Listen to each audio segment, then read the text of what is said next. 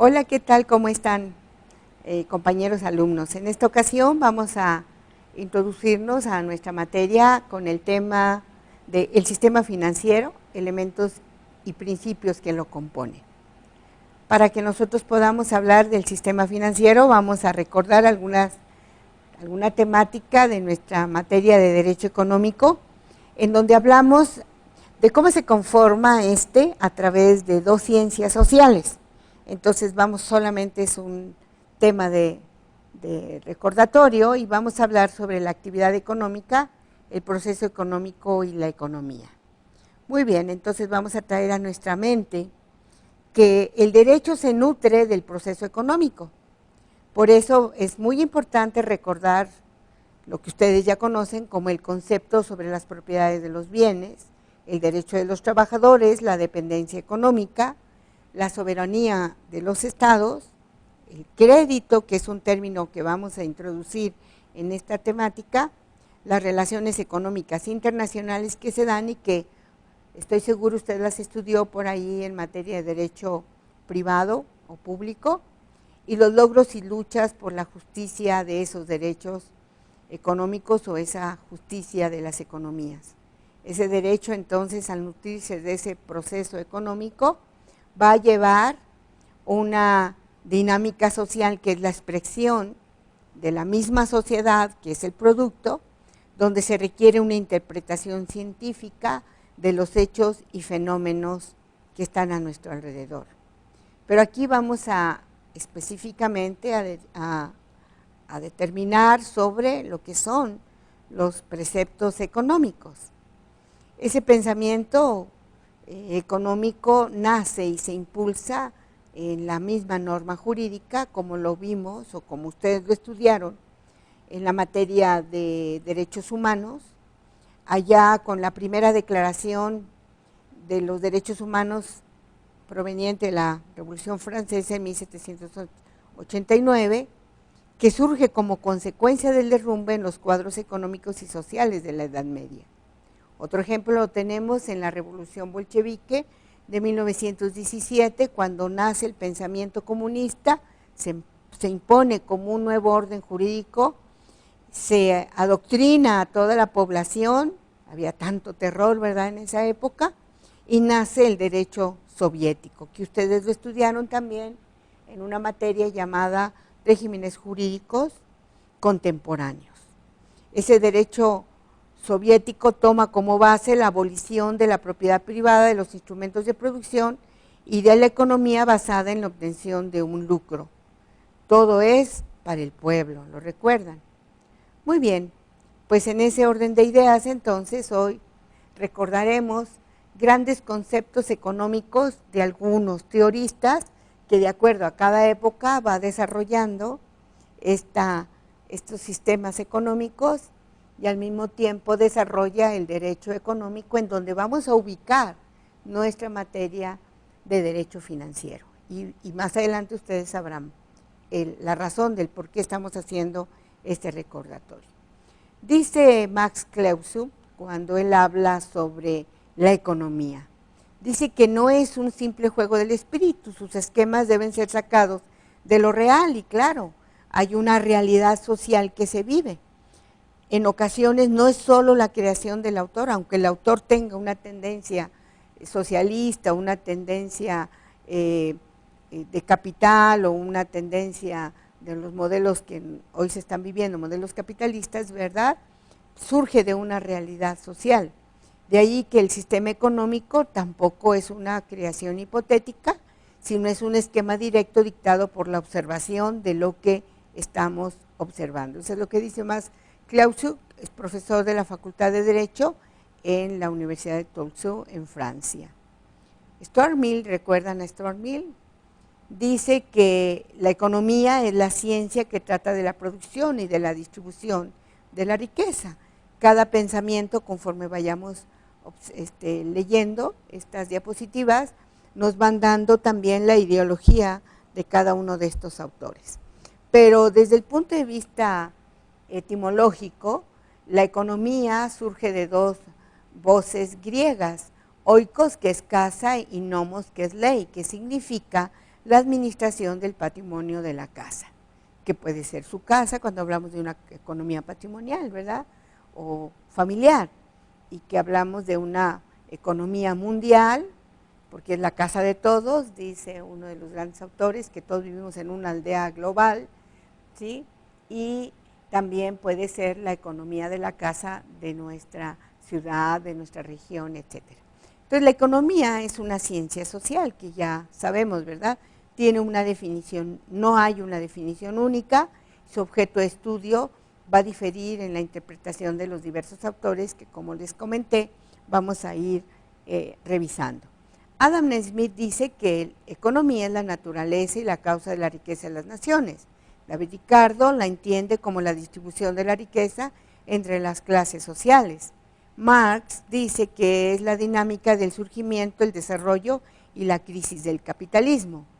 De la misma forma, Alfred Marshall dice que es la maximización de la satisfacción individual dada el problema de objetivos múltiples y recursos escasos. Y Keynes, que es uno de los grandes autores del derecho económico, o mejor dicho, teóricos de la economía que dan vida al derecho económico, nos dice que es la política que permite alcanzar el pleno empleo. Scott, que a lo mejor usted lo leyó en alguna de sus materias de la preparatoria o inclusive ya en alguna especialización que usted haya hecho sobre economía, nos dice que es la ciencia de la riqueza y que esta consiste en bienes y servicios lo bastante escasos para tener un valor en dinero. Y ahí te subraya la palabra dinero, ¿sí? Dinero. Muy bien.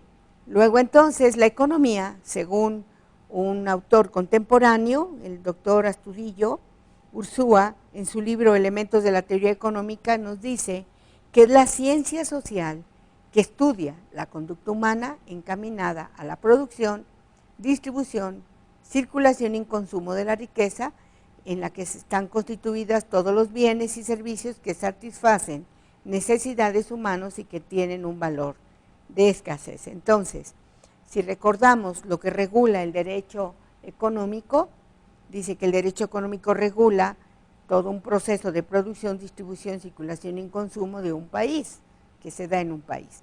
Por ello, este tema sobre la materia del derecho financiero se tiene que estudiar desde una visión económica, pero además también desde una integración de lo que es todo lo que conocemos como la actividad económica. La actividad económica, vamos a recordar nuevamente esta temática que proviene de la doctrina o de la teoría económica, abarca 3 fases, dice la producción, distribución y consumo, y es un proceso donde se adquieren productos, bienes y servicios. El tema del derecho económico se ubica en los servicios financieros, ¿sí?, que cubren nuestras necesidades y se obtienen ganancias, ¿sí? ¿En dónde? Pues en una comunidad, una ciudad, una región, en un país, inclusive en nuestra misma casa, ¿no? Si nosotros vemos que es la economía dentro de esa actividad social, dentro de esa actividad económica, la ubicamos como parte de las ciencias sociales, entonces estamos identificando que las ciencias sociales en general, al amparo de la sociología, tienen como objeto de estudio la conducta del hombre en la sociedad. El derecho, como una ciencia social, se va a esforzar por regular esas relaciones sociales que se van a dar en la misma sociedad, entre los hombres, entre el Estado y los hombres, entre las entidades particulares que conforman esos individuos llamadas empresas o sociedades mercantiles, y estas relaciones van a tener al fin de cuentas que darse en un ambiente de seguridad, de moralidad, de orden y sobre todo visualizando siempre el bien común. Estas ciencias sociales, ubicando entre ellas al derecho y a la economía, también la conforman la historia, la sociología, la política, la historia, la antropología, etcétera, etcétera. Esta temática usted la vio por ahí en Introducción a las Ciencias Sociales, ¿recuerda? Muy bien, pues entonces, en este orden de ideas, quiero preguntar, ¿cuál es la relación de la economía y el derecho? ¿Cómo pienso que se pueda relacionar el tema que voy a analizar con la materia o que acabo de analizar con la materia que estudiaré llamada Derecho Financiero? ¿Ya tomó nota de esas dos preguntas? ¿Cuál es la relación de la economía y el derecho? En una hojita y anote esta pregunta. La siguiente, ¿cómo pienso que se pueda relacionar el tema que analizo con la materia que estudiaré?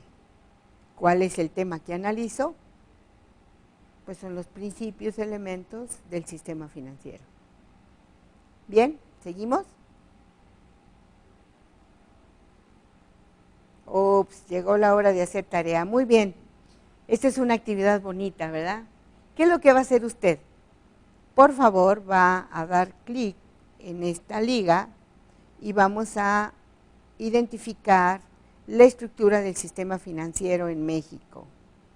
No podemos hablar del derecho financiero si antes no conocemos cómo se integra el sistema financiero desde el punto de vista de la actividad económica que lleva a cabo el sistema financiero.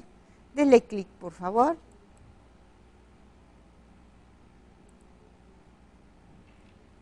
¿Ya le abrió? Haga lo mismo que yo. Haga grande este esquema. Se ve muy chiquito, pero véalo primero. Aquí va a ver usted unos cuadritos y va a ver unos colores en esos cuadritos. Vamos a hacerlo grande, por favor. O si no, observe qué es lo que voy a hacer yo. Ya usted lo puede imprimir, aquí tiene la oportunidad de imprimirlo. Le sugiero que lo imprima porque esta estructura le va a seguir a usted hasta el fin del curso, porque va a conocer todo el sistema financiero y va a conocer la función de cada uno de estos cuadritos que aquí se encuentran, que conforman los subsistemas del sistema financiero. Va a conocer a la autoridad del sistema financiero y a los integrantes de cada uno de los subsistemas. Así que pues ya tendremos una buena chamba que realizar. Muy bien, vamos a seguirlo haciendo un poquito grande para que de manera resumida lo conozca. Le voy a pedir que lo imprima, vuelvo a repetir, y lo estudie usted en esta semana de clases. Muy bien, el sistema financiero se compone por el Ejecutivo Federal. ¿Quién es el Ejecutivo? Pues nuestro presidente de la República en turno. Bien, lo constituye la Subsecretaría de Hacienda, antes la Secretaría de Hacienda. La Secretaría de Hacienda es la primera autoridad del sistema financiero, póngale número 1 cuando ya lo imprima. La segunda autoridad más importante de todo el sistema financiero es el Banco de México, aquí está el Banco de México. La tercera autoridad la encontramos en la Comisión Nacional Bancaria y de Valores. Sí, aquí está, Comisión Nacional Bancaria y de Valores. La cuarta autoridad es la Comisión Nacional de Seguros y Fianzas. Comisión Nacional de Seguros y Fianzas. ¿Cuántas autoridades llevamos? 4. La otra autoridad es la Comisión Nacional del Sistema de Ahorro para el Retiro, llamado CONSAR. Solamente que aquí tendremos una salvedad porque esta autoridad solamente va a supervisar a un subsistema. ¿Sí? Muy bien. Luego tenemos, dentro de toda esta estructura, a lo que son los subsistemas del sistema financiero. El primero es el sector bancario, el subsistema de ahorro y crédito popular, el subsistema de la intermediación no bancaria, el subsistema del sector bursátil, el sector de derivados, el subsistema del sector de seguros y fianzas. Maestra, pero ¿por qué se saltó usted el de fondos y fideicomisos públicos? Ah, porque fondos y fideicomisos públicos es parte del sector bancario, lo vamos a estudiar más adelante. Pero los fondos y fideicomisos públicos son supervisados directamente por Banco de México. Aquí está la línea que los une. Muy bien, dentro de este subsistema del sector bancario vamos a encontrar entonces a las instituciones de crédito que se dividen en instituciones de banca de desarrollo e instituciones de banca múltiple. Sector bancario. Vamos a estudiar más adelante que el sector bancario lo constituye las instituciones de crédito, como ya lo dijimos, pero también está constituido por los fondos y fideicomisos públicos, por Banco de México y por organismos autorregulatorios, que estos aquí usted no los ve, pero los vamos a estudiar como parte del sector bancario. Luego encontramos al subsistema de ahorro y crédito popular. Hace más de 10 años, cerca de 10 años, este sector no existía, o este subsistema no existía. Pero si usted se acuerda del funcionamiento de las cajas de ahorro, que cometieron muchos fraudes, pues ahora ya hay quien las vigile, quien las controle. Y el sector de ahorro y crédito popular, ¿sí?, está compuesto, como aquí lo vemos, por federaciones, por las SOFIPOS, por las sociedades financieras comunitarias, por las sociedades cooperativas de ahorro y préstamo, las famosas CAPS. Por ahí va a haber un caso que usted va a analizar de una SOFIPO cuando nos toque este tema. Muy bien, seguimos con otro subsistema, el subsistema de intermediación no bancaria. Este subsistema se compone por organizaciones auxiliares del crédito y por actividades, que no es lo mismo. Pero aquí hay una excepción, dada la reforma del 2013 a la ley de organizaciones y actividades auxiliares de crédito que regula este subsistema, conocido como subsistema de intermediación no bancaria, que tiene que ver con las SOFOLES. Aquí están estas, táchelas, márquelas con una cruz porque ya dejaron de existir desde el 2013 y se convirtieron en SOFOMES no reguladas o SOFOMES, entidades reguladas. Muy bien, esto no se preocupe ahorita, lo vamos a tener tiempo para estudiarlo, nomás quiero que lo conozca. Muy bien, estas organizaciones y actividades auxiliares de crédito las regula una ley que ya la mencioné, la Ley General de Organizaciones y Actividades Auxiliares de Crédito, donde ya no están integrados las las almacenadoras, no, espérenme, ya se me perdieron. No están integradas, pues sí, ya no están aquí, las uniones de crédito. La unión de crédito ya constituye una entidad aparte que también está integrada como instituciones no bancarias. Muy bien, entonces, a partir de la reforma del 2014, del año pasado, enero del 2014, las arrendadoras financieras y las empresas de factoraje ya no son organizaciones auxiliares de crédito, también lo vamos a estudiar en su momento. Estas almacenadoras y estas empresas de factoraje, la ley las obligó a desaparecer o a constituirse o a integrarse a una sociedad financiera de objeto múltiple regulada o no regulada. Eso no se preocupe, lo vamos a estudiar más adelante.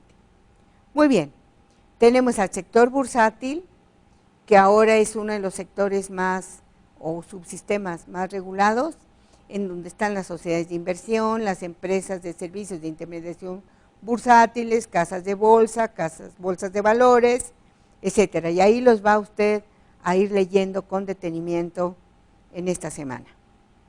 Tenemos el sector de derivados, un sector muy importante de gran riesgo. Estos se llaman, estos subsistemas, el sector bursátil y el sector de derivados, son sectores de grandes riesgos, muy volátiles cuando estos se manejan, y espero que alguno de ustedes sea un corredor de bolsa o sea un especialista en sociedades de inversión.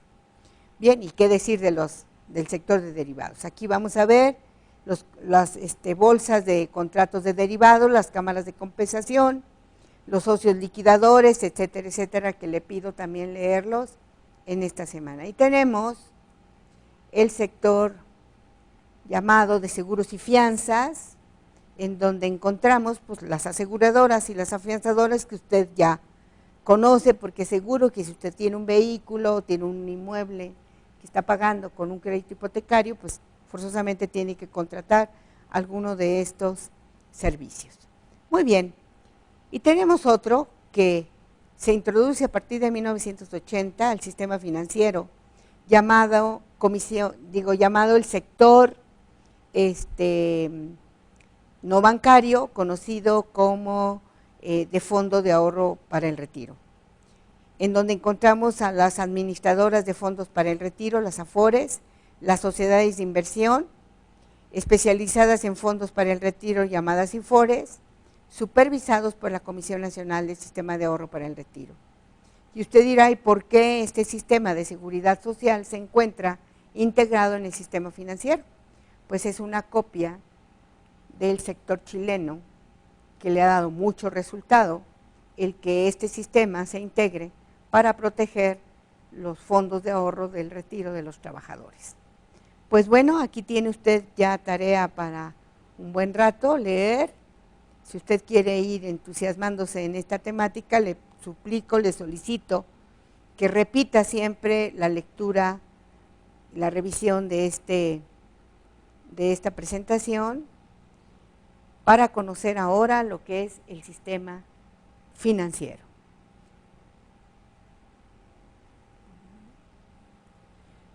Muy bien, recordamos que ya le dimos una pequeña introducción a lo que es el sistema financiero. Maestra, pero ¿por qué no hablamos del derecho financiero? Porque antes de conocer el derecho financiero tenemos que conocer cómo se compone el sistema financiero, que es lo que vamos a ver. Que ya lo vio, ya lo estudió, ya lo analizó, ¿verdad? Ya lo revisó. Seguro que usted se metió a las páginas oficiales de las autoridades y ya empezó a incursionar, y si no lo ha hecho, le suplico lo haga, porque hay mucho que entender de lo que es el sistema financiero. Pero antes de integrar a conocer los elementos, principios que componen al sistema financiero y cómo se define, es importante que usted conozca que dentro del sistema financiero se estructura el término de circulación fiduciaria.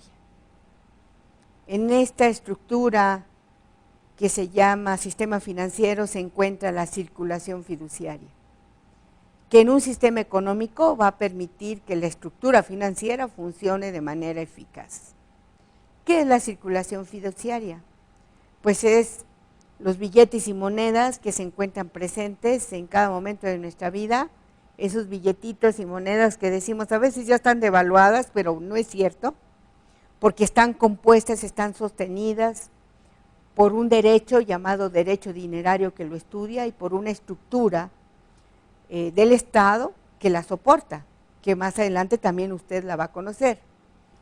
Esta circulación fiduciaria, que viene del término fiduciario de confianza, ¿sí?, es en donde encontramos los billetes y monedas que componen todo el sistema monetario. Este sistema monetario tiene una regulación, que es la ley monetaria en México, y que lo estudia, repito, el derecho monetario, el derecho dinerario. Ojalá usted pueda especializarse en esta materia más adelante, y seguro que si no gana mucho dinero, por lo menos sí tendrá gran prestigio, porque no hay muchos estudiosos de esta materia o de esta temática.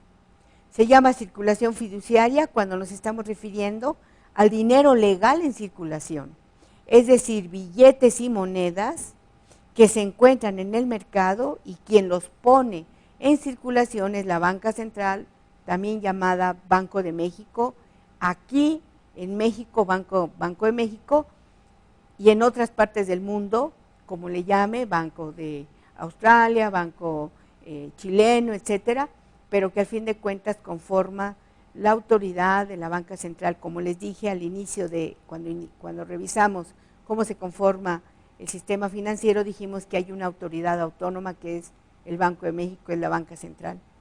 La banca central soporta esta circulación fiduciaria y en esa circulación fiduciaria opera el dinero, las monedas, el billete, que el billete y la moneda constituyen el dinero desde el punto de vista jurídico y desde el punto de vista económico. Vamos a estudiar desde uno y otro visión qué es el dinero. El dinero es todo aquel bien que las personas aceptan y están dispuestas a usar para comprar y vender bienes y servicios, pagar deudas, comprar viajes de placeres, etcétera. Ahí están los billetes y las monedas. Pero también están hoy día las tarjetas de débito, las tarjetas de crédito, que se llaman de igual forma el dinero virtual, ¿sí? En este orden de ideas lo componen también las transferencias electrónicas, que vamos a estudiar más adelante, qué es una transferencia electrónica, ¿sí? Usted paga a lo mejor su viaje que acaba de realizar a Estados Unidos por medio de una transferencia electrónica a través de un SPAY, ¿no? Eso lo vamos a conocer también más adelante. Entonces, todo esto compone el dinero. El dinero tiene una función como medio de pago, como depósito de valor y como unidad de cuenta. Como medio de pago, como ya lo dijimos, adquiere bienes y servicios, mercancías, etcétera. Como depósito de valor, porque las personas deciden consumirlo al instante o ahí lo dejan más adelante, ¿verdad? Espero que no lo deje siglos, porque si no, pues aumenta o pierde su valor de acuerdo a cómo se vaya moviendo la inflación en cada país. Desde el punto de vista económico, esto va teniendo a veces devaluaciones o a veces se mantiene el dinero con el valor de hace muchos años. Si es de oro y plata, indudablemente que ese valor no se devalúa, sino al contrario, esa acuñación permite que aumente el valor de ese dinero, o de esas monedas, mejor dicho. Como unidad de cuenta porque permite fijar precios a bienes y servicios y además va a dar seguimiento a las deudas, que muchos tenemos, ¿verdad? No hay alguien que no tenga deudas. Muy bien, ese dinero se mueve en ese sistema, dijimos fiduciario, en donde está el sistema de pagos. ¿Pero qué es el sistema de pagos? Oiga, hablamos de muchos sistemas. Bueno, pues así se compone el sistema financiero, ¿no? Ese sistema de pagos en un país es parte integral de ese sistema monetario donde se mueven el dinero y los billetes o el dinero en sí. Comprende instrumentos generalmente aceptados para la realización de pagos, pero no son instrumentos aceptados al albedrío de las personas, sino hay una regulación, hay una disposición legal que le va a dar valor a esos instrumentos. Entonces, en ese sistema de pagos que facilita el intercambio de los billetes o del dinero, mejor dicho, se organiza a través de reglas, en donde hay leyes. Se instrumenta a través de instituciones, donde van a existir entidades privadas autorizadas por el Estado para hacer funcionar, mejor dicho, ese sistema de pagos. Y además va a haber mecanismos técnicos para la transferencia de ese dinero, que regularmente es manejado a través de sistemas de tecnologías de información y comunicación llamadas TICs o sistemas electrónicos, ¿sí? De acuerdo a cómo cada país los va desarrollando. En ese sistema de pagos debe darse una gran eficiencia para que el mismo sistema funcione. Porque ¿cómo usted va a pagar unos zapatos que se quiere comprar en Estados Unidos cuando usted viaje en cualquier parte de Estados Unidos si no tiene una tarjeta de crédito o una tarjeta de débito? ¿O va a andar con sus dólares cargándolos con el riesgo de que alguien se los vaya a robar? Pues no, ¿verdad? Usted paga sus boletos de avión a través de este sistema de pagos. Hay entidades que abonan y cargan a su cuenta, cargan y abonan a la cuenta de donde usted le cobra el dinero que usted gastó en la compra de estos zapatos. Entonces, este es el sistema financiero y esta es la forma en que el sistema de pagos trabaja en ese tema de lo que es la circulación fiduciaria donde se mueve el dinero. Muy bien, pues ahora vamos a conocer el sistema financiero mexicano.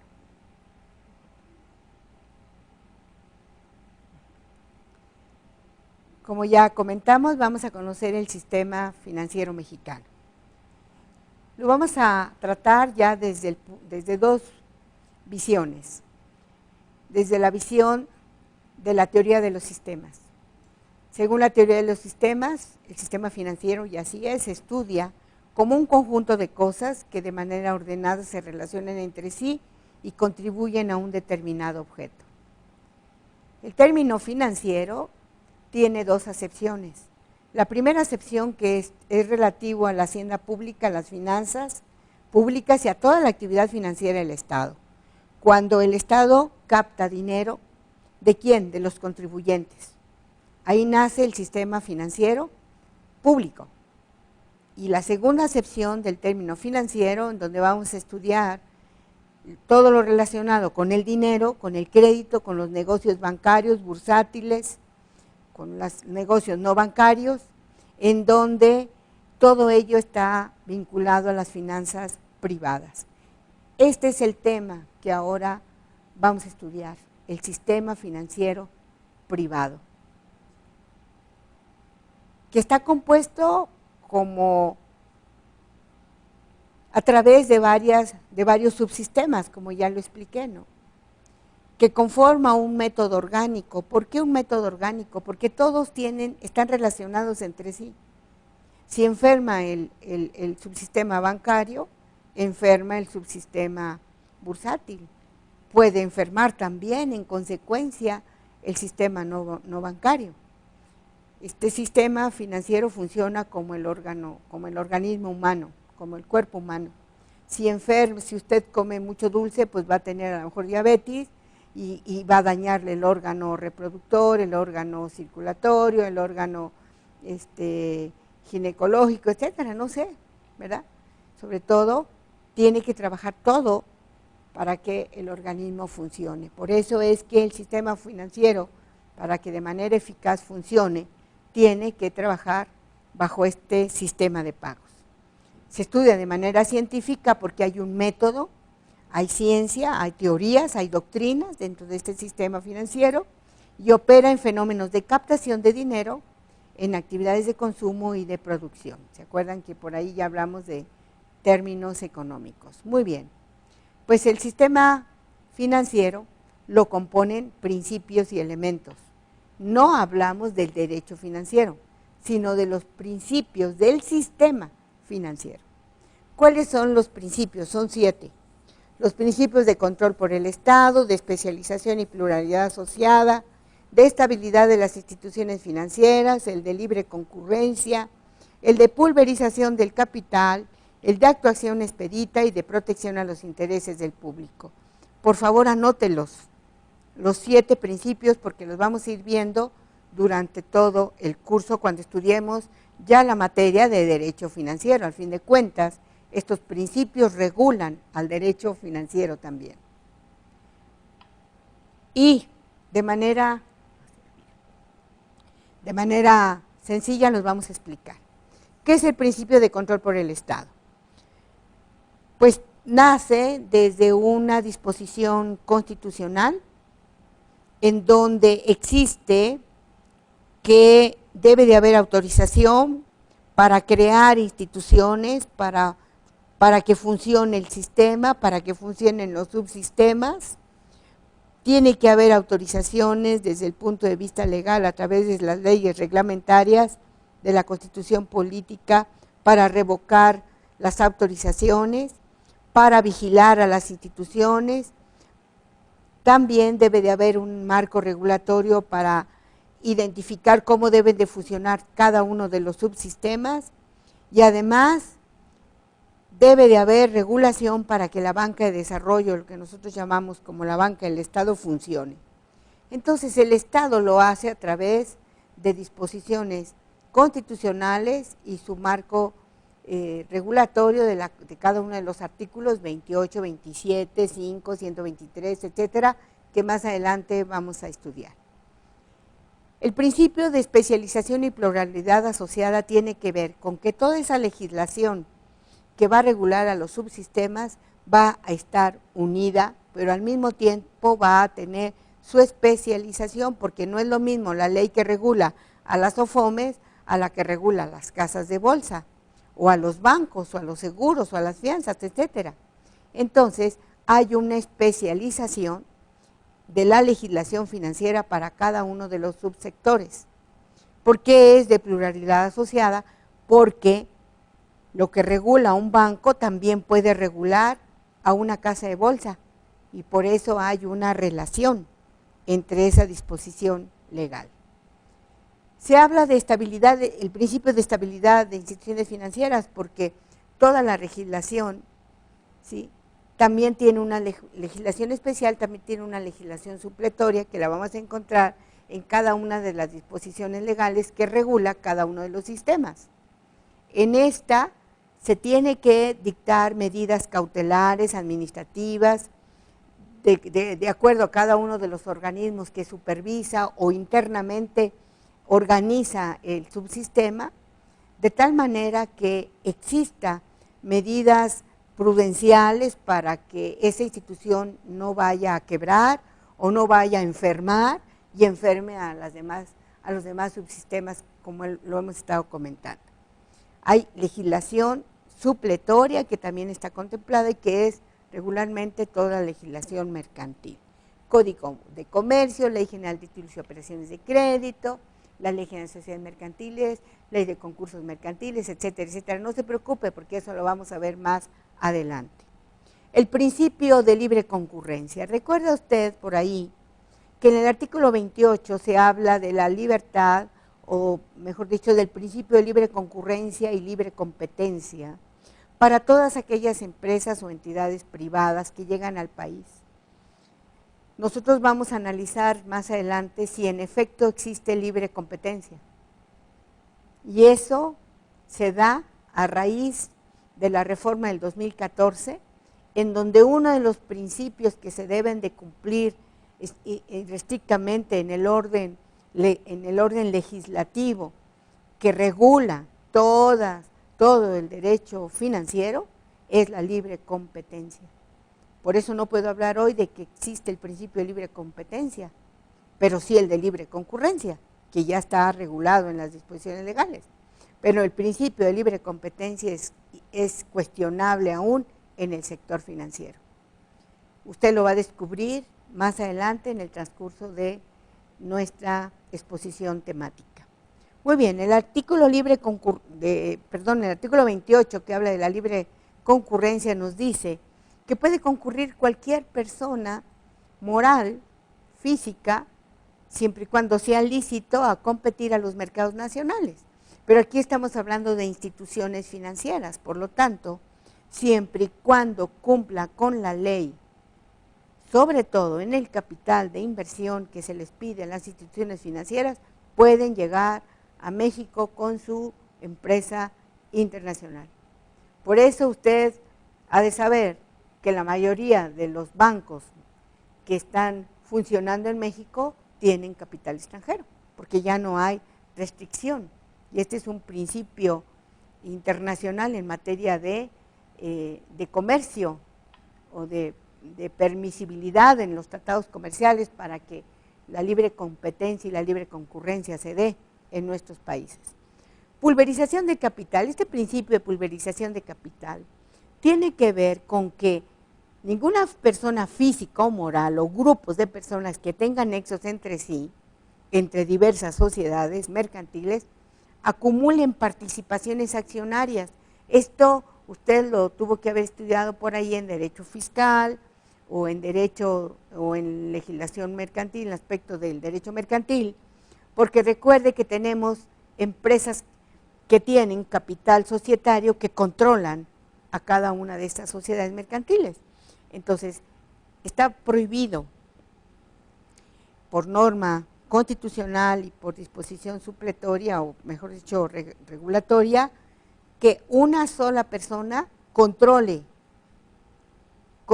varias entidades financieras a través de participaciones accionarias y que sean dominantes, porque no queremos que se dé, o el legislador lo visualizó así, para que no se dé el grave problema que se tuvo hacia los años de 1995, en que México sufrió una grande crisis financiera, donde los bancos y algunas entidades no bancarias tenían como socios principales al mismo socio del banco, al mismo socio de una arrendadora, de una empresa de factoraje, de una de seguros, de una de inversión, y ellos mismos se prestaban. Y se tuvo que crear el famoso FOBAPROA, ¿recuerda usted? Bueno, pues esto también usted lo va a conocer aquí. Por eso ese principio de pulverización del capital, que está prohibido en México.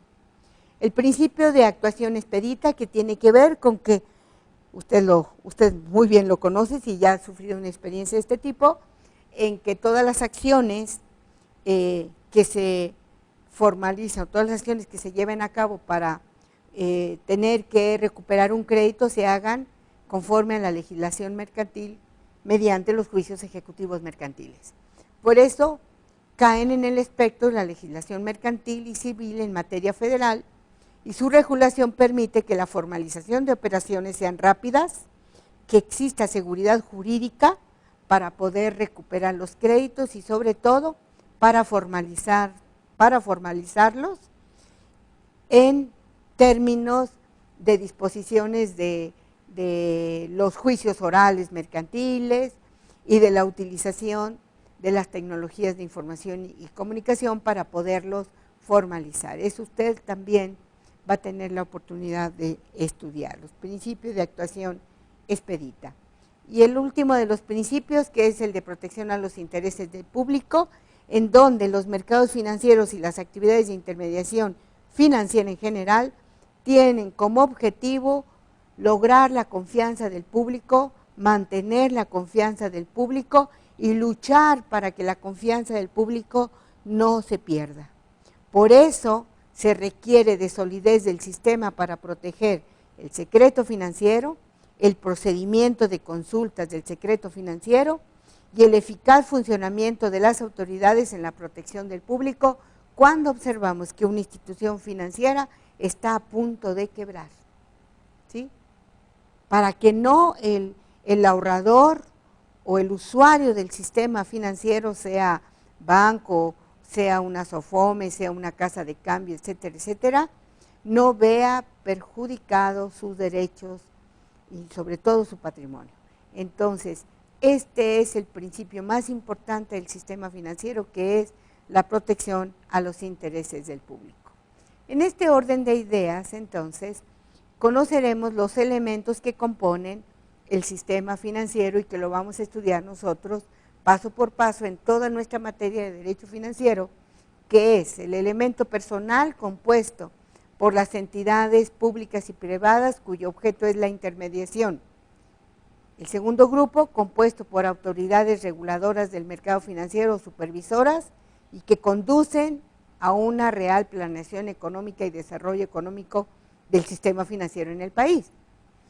El elemento formal, compuesto por todo el marco jurídico de sus órganos legislativos que inclusive ellos promueven y proponen las reformas, y toda la legislación supletoria que regula la capacidad de las personas, de los participantes en el sector financiero, todas las normas de orden financiero, y el elemento material, que son las instituciones que le van a dar cohesión y carácter metodológico para su estudio, en donde está la doctrina, la teoría, ¿sí? Y todo el método con el cual, o la metodología jurídica con la cual se estudia este sistema jurídico llamado derecho financiero, ¿sí?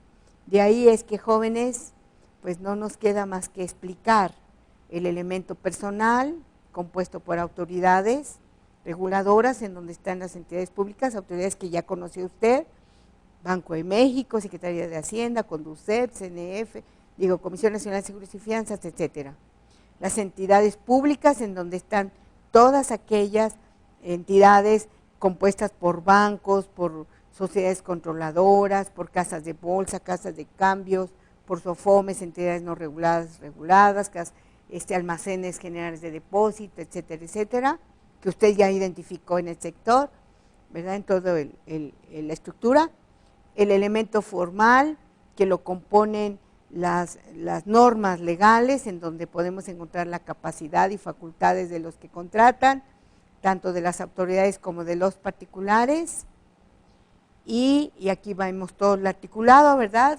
Que es el artículo 25, el 28, el 73 de nuestra Constitución y otros más que vamos a ir revisando, en donde se habla de la Rectoría del Estado, de la función del Banco Central o Banco de México, y todas las facultades que tienen que ver con las del presidente de la República, de la Cámara de Senadores, para poder legislar en materia de intermediación y servicios financieros, la legislación especial de lo que ya habíamos comentado, ¿verdad?, de cada una de las instituciones que conforman el sistema financiero y de las autoridades,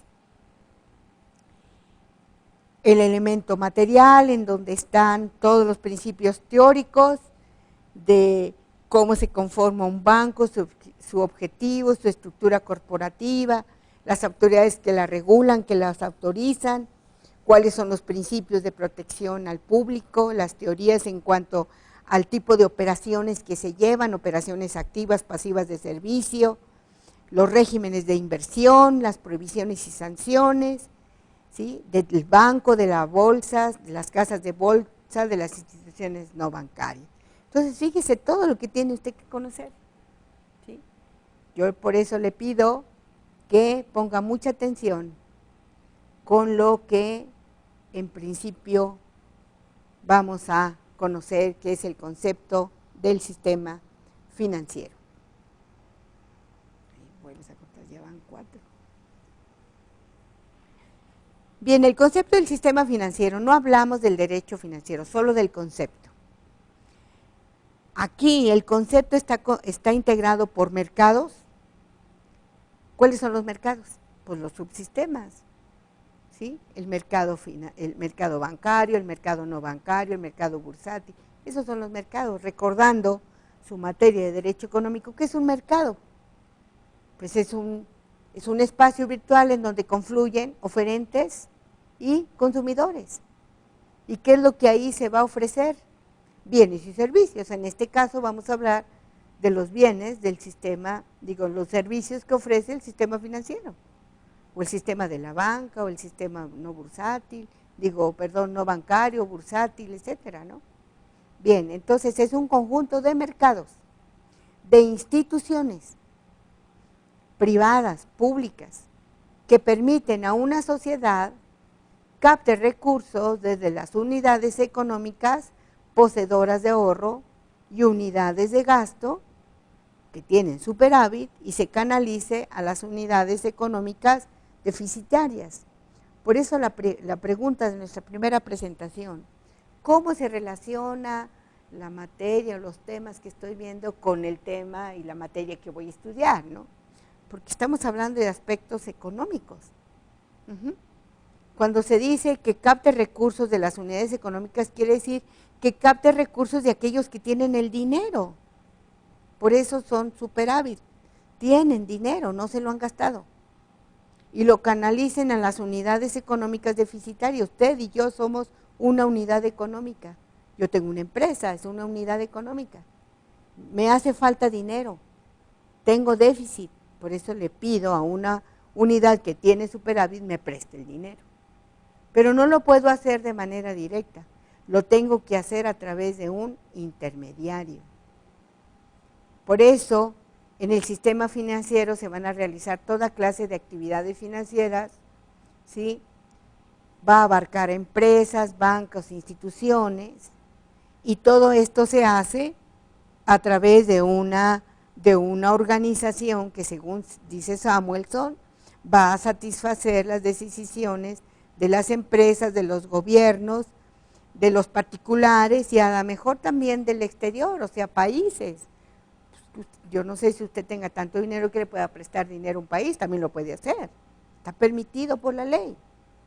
Por ello, si un sistema financiero se colapsa, causa una grave crisis económica en un país. Mire, por favor, qué le está sucediendo a Argentina, qué le está sucediendo a Venezuela.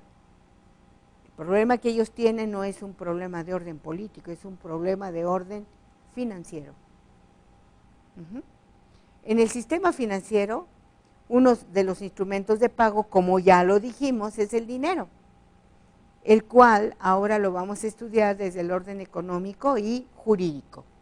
El concepto económico del dinero es, según la teoría económica, es donde se concentra un valor en un sistema de intercambio, sirve de unidad, es una mercancía que requiere un mercado y se establece en la oferta y la demanda. Desde el punto de vista jurídico, que lo estudia el derecho dinerario, es la cosa o conjunto de cosas que por disposición del Estado están obligadas las personas a recibir, aún en contra de su voluntad, como pago de todo crédito o de toda operación de compra-venta. Eso lo dice Antonio Carrillo en su libro El Sistema Monetario Mexicano. También dice Fernández del Castillo, un gran teórico del derecho dinerario, que es el conjunto de objetos que contiene una expresión numérica con referencia de una unidad de valor, fijada por el, no es estrado, es Estado, y destinados por este para servir de medio general de cambio. Entonces, ¿quién le da el valor a ese conjunto de objetos llamado moneda o dinero? Se la da el Estado. ¿A través de qué? De la ley monetaria. Sirve para el cambio.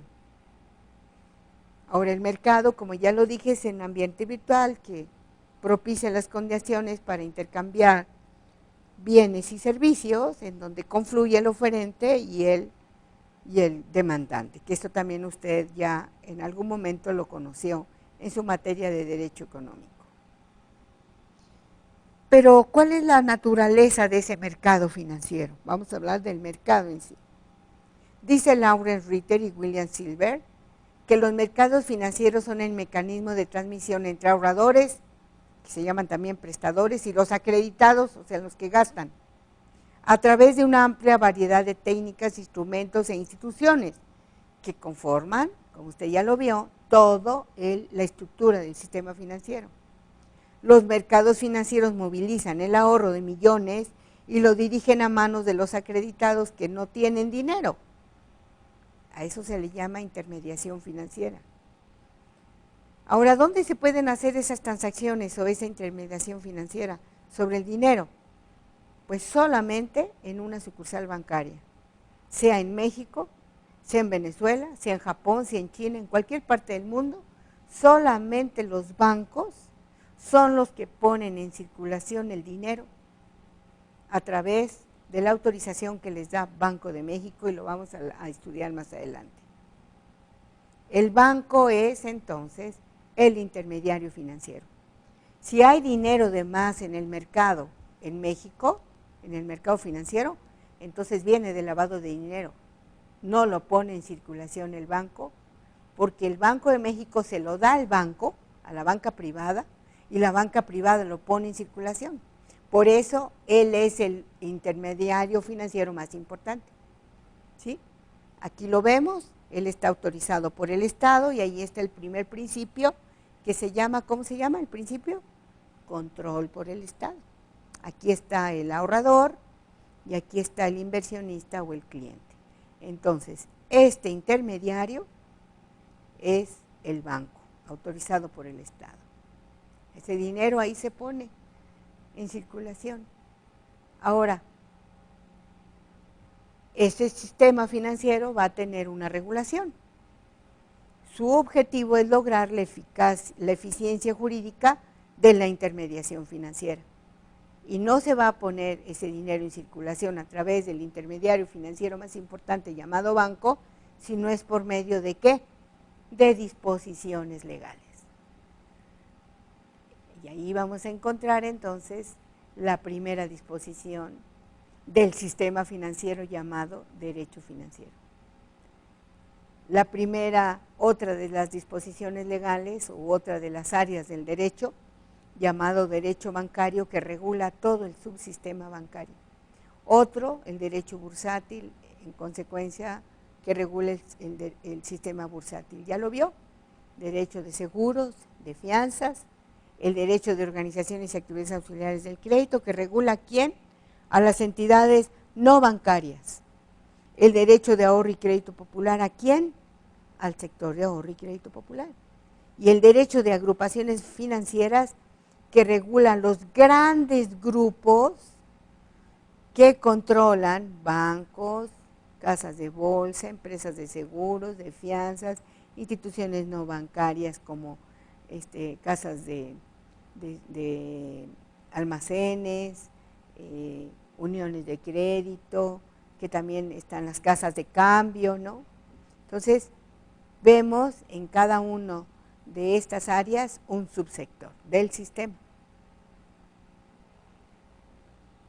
De ahí es que, ¿cuál es el concepto que tenemos del derecho financiero? Siguiendo al doctor Jesús de la Fuente, un abogado muy connotado, autor de uno de los grandes libros que estoy recomendando, 2 tomos, inclusive maestro de nuestra Benemérita Universidad Autónoma de Puebla, dice que es el conjunto de normas jurídicas relativas a la Constitución, funcionamiento y operación de las entidades financieras respectivas, así como la intervención de las autoridades y protección de los intereses del público. En otro concepto nos dice Fernando Hegevich, un abogado,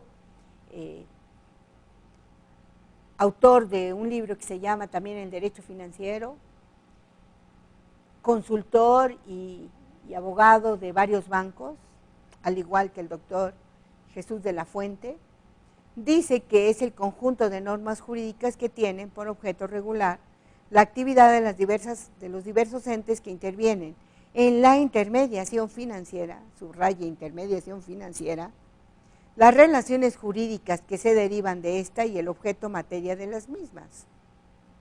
Y tenemos, por fin, el fin de nuestra presentación para empezar, ahora sí, el estudio del derecho financiero, que comprende la siguiente sesión. Los invito entonces a reflexionar sobre lo que compone el sistema financiero desde el punto de vista económico, el dinero, la circulación fiduciaria, cómo se compone el sistema, sus subsistemas, y a identificar cada una de las definiciones que acabamos de estudiar. Les deseo que pasen un excelente día.